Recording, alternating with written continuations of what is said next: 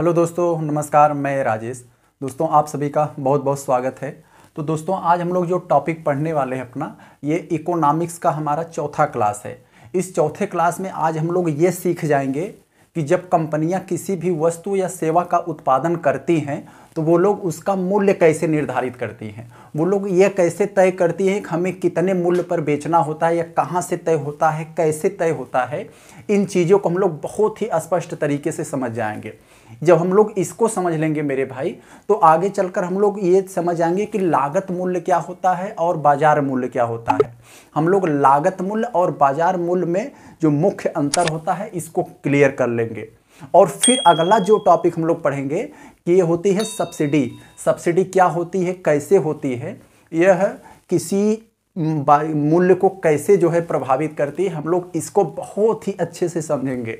तो मेरे भाई आइए सबसे पहले हम देख लेते हैं उत्पादन के कारक क्या होते हैं। हम लोग जब ये समझ लेंगे तो सारी बातें हम लोग को समझ में आ जाएंगी। तो मेरे भाई उत्पादन के कारक की परिभाषा की अगर हम लोग बात करें तो वे संसाधन जिसके दम पर किसी वस्तु का उत्पादन किया जाता है वह होती है, उसे जो है हम लोग उत्पादन के कारक कहते हैं। जैसे क्या होता है, हम लोग मान लीजिए कि जैसे हम आपको पढ़ा रहे हैं और पढ़ा रहे हैं, इतना मेहनत कर रहे हैं और सपोर्ट नहीं मिल रहा है, लाइक सब्सक्राइब ये सब नहीं बढ़ रहा है।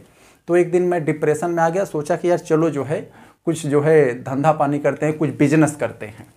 तो क्या हुआ, मैंने सोचा कि यार हम चलते हैं एक मार्कर बनाते हैं, इसी मार्कर से पूरा इंडिया पढ़ाएगा और पूरे इंडिया के बच्चे हमारे ही मार्कर से पढ़ेंगे। सब वाइट बोर्ड पर टीचर लोग पढ़ाएंगे तो इसी से पढ़ेंगे। तो हमने क्या किया कि सबसे पहले हमने तलाश किया एक ज़मीन की। जो होता है कोई भी चीज़ का उत्पादन करने के लिए सबसे पहले ज़रूरी चीज़ होती है ज़मीन। ज़मीन पर ही उद्योग लगाए जाते हैं, हवा में तो लगाए जाएंगे नहीं। तो उद्योग लगाने के लिए सबसे पहले ज़मीन की तलाश होती है। तो होता है, हम लोग देख लिए भूमि।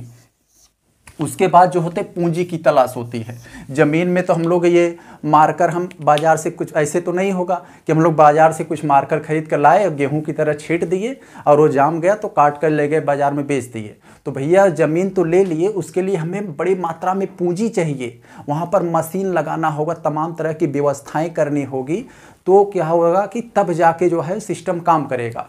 तो हमने दोबारा जो उसके भूमि के बाद जो ज़रूरत पड़ेगी हमें पूंजी की, और पूंजी तो हमने लगा लिया। और उस पूंजी का मतलब जैसे मशीन वगैरह हो गए।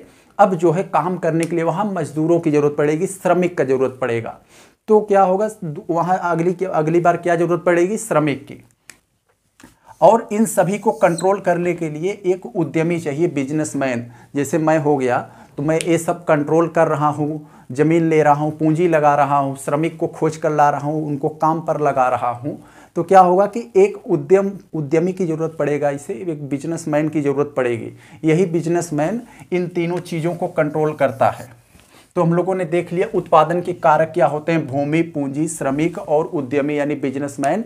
इन्हीं के दम पर किसी भी वस्तु का उत्पादन किया जाता है। तो हम लोगों ने देख लिया ये क्या है। अब हम लोग समझने जा रहे हैं कि लागत मूल्य क्या होती है, इसको समझते हैं थोड़ा सा। तो देखिए मेरे भाई, भूमि, जिसकी ज़मीन पर हमने अपना बिजनेस लगाया है, जिसकी ज़मीन पर अपना बिजनेस खड़ा किया है, उसको हर महीने किराया देना पड़ेगा हमें। किराया हो गया।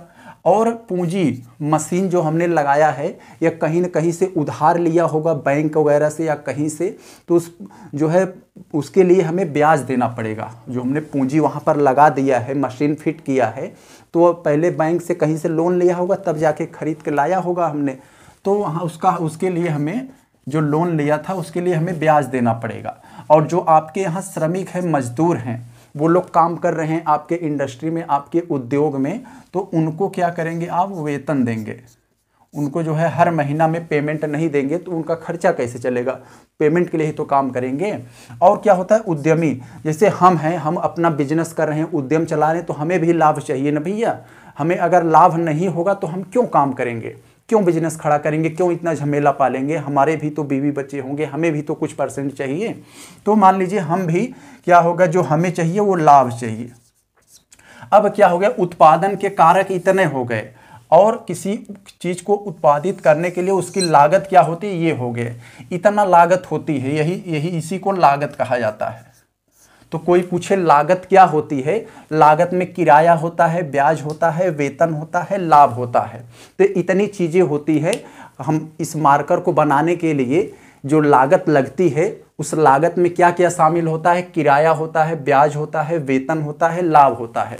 अब हम लोगों ने समझ लिया लागत क्या होती है, इसी को हम लोग लागत मूल्य बोलते हैं। लागत मूल्य को अब हम लोगों ने समझ लिया।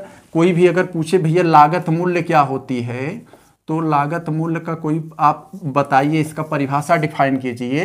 तो लागत मूल्य में क्या होता है, किराया, किराया हो गया, प्लस क्या हो गया, ब्याज हो गया, उसके बाद क्या हो गया, वेतन हो गया, उसके बाद क्या हो गया, लाभ हो गया। ये हो गया आपका लागत मूल्य। लागत मूल्य को हम लोगों ने बहुत ही अच्छे से समझ लिया। अब हम लोग समझते हैं बाजार मूल्य क्या होता है, जो सबसे महत्वपूर्ण, बहुत ही अच्छी बात है। तो एक छोटा सा आपको जो है कंसेप्ट बता दूं, ये बाजार मूल्य, बाजार मूल्य ये जो होता है वो लागत मूल्य से ज्यादा होता है। यहां आप लोग थोड़ा सा ध्यान रखिएगा, बाजार मूल्य लागत मूल्य से ज्यादा होता है। कैसे ज्यादा होता है इसको अभी हम लोग समझते हैं। देखिए, मान लीजिए हम अपना उद्योग चला रहे हैं, अपने इंडस्ट्री में एक 100 मार्कर बनाया हमने, 100 पेन हमने बना दिया। अब हम सोच रहे हैं इसको बाजार में भेजने के लिए, बाजार में बेचने के लिए। तो हम क्या करेंगे, इसका मूल्य कैसे तय करेंगे मेरे भाई, कितने मूल्य पर ये मार्कर जो है बाजार में बेचा जाएगा। अब हमें डिसाइड करना है, हम बिजनेसमैन हैं, अपना बिजनेस चला रहे हैं। अब हम तय करेंगे कि हमें बाजार में इस मार्कर को कितने रुपए में बेचवाना है, कितने रुपए में इस मार्कर का उपयोग करने वाले को मिलेगा। तो मान लीजिए हमने 100 मार्कर बनाया, 100 मार्कर बनाकर बेचा, तो वहां पर होगा क्या, सबसे पहले हम जोड़ेंगे कि हमारी इसमें कितनी लागत लगी है। मान लीजिए हमने जमीन का किराया वाले को 1000 रुपया उसका किराया दे दिया, और बैंक का ब्याज वाला आया तो 1000 रुपया उसका दे दिया। जो मजदूर हैं 1000 रुपया हमने उनको दे दिया, और हमने 1000 रुपया अपना लाभ रख लिया। अब मान लीजिए इतना हमारी कुल लागत कितनी लग गई मेरे भाई, यहाँ लागत कितनी है, 4000 रुपया। 4000 रुपया हमारा लागत लग गया इसमें। अब हम सोचेंगे कि 100 पेन बनाने के लिए हमारा 4000 रुपया चला गया, तो यानी एक पेन के लिए 40, हम एक पेन की लागत मूल्य कितनी आ गई, 40 रुपया। अब हम ये सोचेंगे कि भैया 40 रुपये में इस पेन को बाजार में बेचा जाए। तो हमने जैसे ही अपना माल लोड किया गाड़ी पर, और जैसे ही बाजार में भेजने लगे, तो वहाँ पर क्या हुआ कि सरकारी लोग आ गए, कहेंगे भैया कहाँ, कि भैया यही उद्योग लगाए हैं एक छोटा सा, इसी को बाजार में भेजने जा रहे हैं। कहाँ, ऐसे कैसे भेजने जा रहे हो, टैक्स वैक्स दिए हो।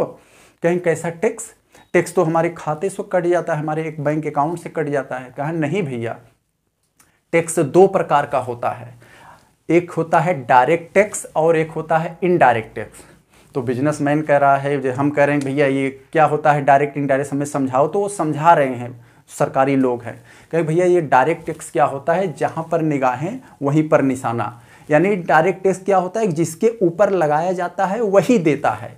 यह सामान्यतः इनकम टैक्स पर लगाया जाता है, जो लोग पैसा कमा के इकट्ठा किए हैं अपना बैंक अकाउंट में, उस पर जो लगाया जाता है टैक्स, ये होता है डायरेक्ट टैक्स। और आपने ये जो प्रोडक्ट मार्कर बनाया है, जो आप इसे भेजने जा रहे हो बाजार में, इस पर इनडायरेक्ट टैक्स लगाएंगे। इनडायरेक्ट टैक्स क्या होगा कि लगाएंगे तो हम आपसे, लेंगे तो आपसे, लेकिन इसका बाहर जनता पे जाएगा जो इसका उपयोग करेगा। यहाँ हो गया। तो कहेंगे भैया अब क्या करें, तो कहेंगे भैया देखिए हम आपसे ले रहे हैं, हम जनता से तो मांगने नहीं जाएंगे, क्योंकि जनता को हम सुविधा दे रहे हैं, सुरक्षा दे रहे हैं, सड़क दे रहे हैं, स्वास्थ्य दे रहे हैं, विद्यालय और अन्य तरह की सुविधाएं दे रहे हैं। तो हम कहाँ से देंगे, जनता से ही लेंगे, तभी न तो हम जनता को दे पाएंगे। कहाँ से देंगे, अपने घर से देंगे हम लोग। और तमाम प्रकार की सेना, पुलिस और जितने भी हम लोग काम करते हैं, तो इन्हीं से लेंगे तभी काम कर पाएंगे। तो लोग क्या कहे भैया हम आपसे ले रहे हैं, आप जो है व्यापारी से ले लीजिएगा, व्यापारी दुकानदार से ले लेगा, और दुकानदार जो है वह जनता से ले लेगा। इसका जो भार हम आपके ऊपर डाल रहे हैं, आपके ऊपर नहीं आएगा, ये जो उपयोग करेगा उसके ऊपर आएगा। तो उन्होंने कहा भैया कितना चाहिए आपको, वो कहे 1000 रुपया हमें दे दो। अब 1000 रुपया वो लोग वहाँ पर उनका जो है इनडायरेक्ट टैक्स चला गया। अब बिजनेसमैन की लागत कितनी हो गई? 5000 रुपये। 4000 तो पहले से ही था यहाँ पर।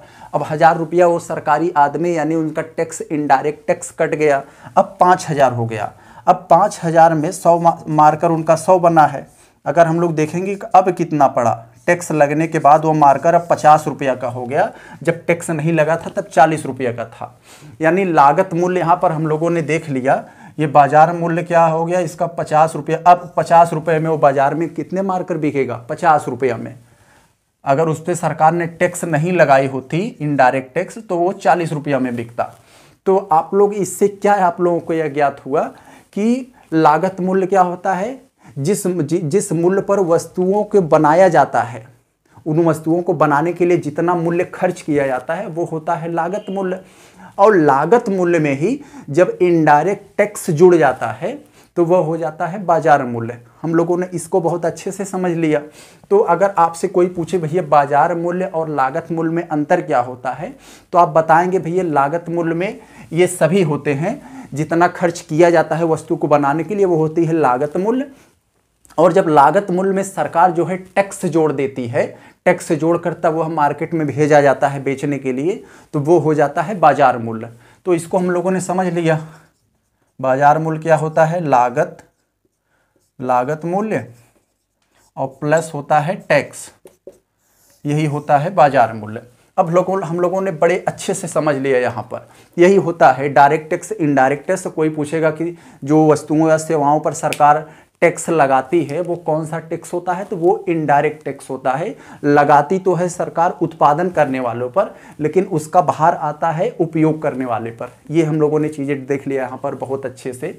अब एक चीज़ यहाँ पर हम लोगों को और समझनी है, सब्सिडी क्या होती है। सब्सिडी के बारे में हम लोग देखेंगे, क्योंकि ये जो सब्सिडी होती है मेरे भाई, सब्सिडी क्या होती है कि हम मूल्य को कैसे प्रभावित करती है। पहले सब्सिडी की हम लोग परिभाषा देख लें कि सब्सिडी क्या होती है। एक प्रकार की आर्थिक सहायता होती है जो सरकार गरीब लोगों का हेल्प करने के लिए सब्सिडी देती है।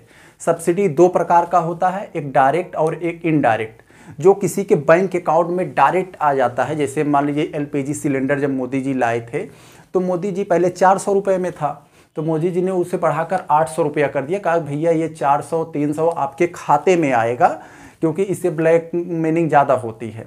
तो वहाँ पर क्या हुआ, जनता को डायरेक्ट मिल जाता था सब्सिडी। जनता तो अपना ज़्यादा देती थी लेकिन उसको मिल जाता था। इनडायरेक्ट क्या होता था, जैसे हम लोग के यहाँ गेहूँ है बोआ जाता है तो वहाँ डाई खरीदी जाती है। तो डाई जो है बाजार में अगर हम लोग प्राइवेट दुकान से लेने जाते थे तो 1200 रुपये का मिलता था। अगर वही हम सरकारी दुकान पर लेने जाते थे तो वहाँ हमें क्या होता था कि 1900 में मिल जाता था। तो यहाँ क्या हुआ कि बीपीएल कार्ड धारक को सरकार ने सब्सिडी दिया है कि भैया ये लोग आएंगे तो इनको कम मूल्य पर दिया। यानी सरकार बाजार मूल्य पर वो तो आया, बाजार मूल्य उसका 1200 था, बाजार मूल्य 1200 था, लेकिन सरकार ने 200 रुपया सब्सिडी कंपनी को अपनी तरफ से, हर बोरी के लिए सरकार ने कंपनी को, उत्पादक को 200 रुपया दिया। कहा कि आप 200 रुपया जो है कम करिएगा, तो इसलिए वह 1000 रुपया कम हो गया उसका, मतलब 100-200 कम होगा वहाँ पे।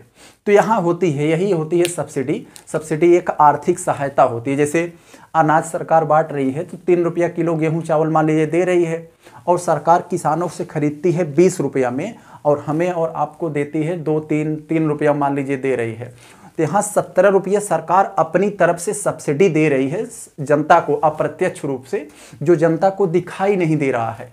यह जो है यही आर्थिक सरकार जो है गरीबों का यहाँ से सहायता कर रही है सब्सिडी देकर। अभी क्या खबर चल रही थी कि अभी जो अनाज होता है कि अनाज का पूरा पैसा आएगा आपको, जैसे 20 रुपया किलो के हिसाब से आपको जो है पूरा पैसा आपके खाता में आ जाएगा, आप जाइएगा खरीद लीजिएगा पूरा। तो यहाँ पर ऐसी भी बातें चल रही हैं। तो हम लोगों ने यहाँ पर देख लिया कि उत्पादन के कारक क्या होते हैं। यही कारक होते हैं वस्तुओं को उत्पादन करने के लिए जिन संसाधनों की ज़रूरत पड़ती है उसे उत्पादन का कारक कहा जाता है। और क्या होता है, उन जो कारकों पर जो होता है जो लागत लगती है, ये होती है लागत मूल्य। हर एक कारक पर लागत होता है, ये तो आप समझ लिए। और लागत मूल्य को हम लोगों ने समझ लिए, ये क्या होता है, जो पूरा खर्च आता है उत्पादित करने के लिए वस्तुओं को, वो होता है लागत मूल्य। जब लागत मूल्य पर सरकार टैक्स लगा देगी तो वो हो जाएगा बाजार मूल्य। और आगे हम लोगों ने सब्सिडी को देख लिया। तो आज ये हम लोग इकोनॉमिक्स का चौथा क्लास बहुत अच्छे से देख लिए और आगे हम लोग देखते हैं इसका जो है 5वां क्लास में। तब तक के लिए नमस्कार।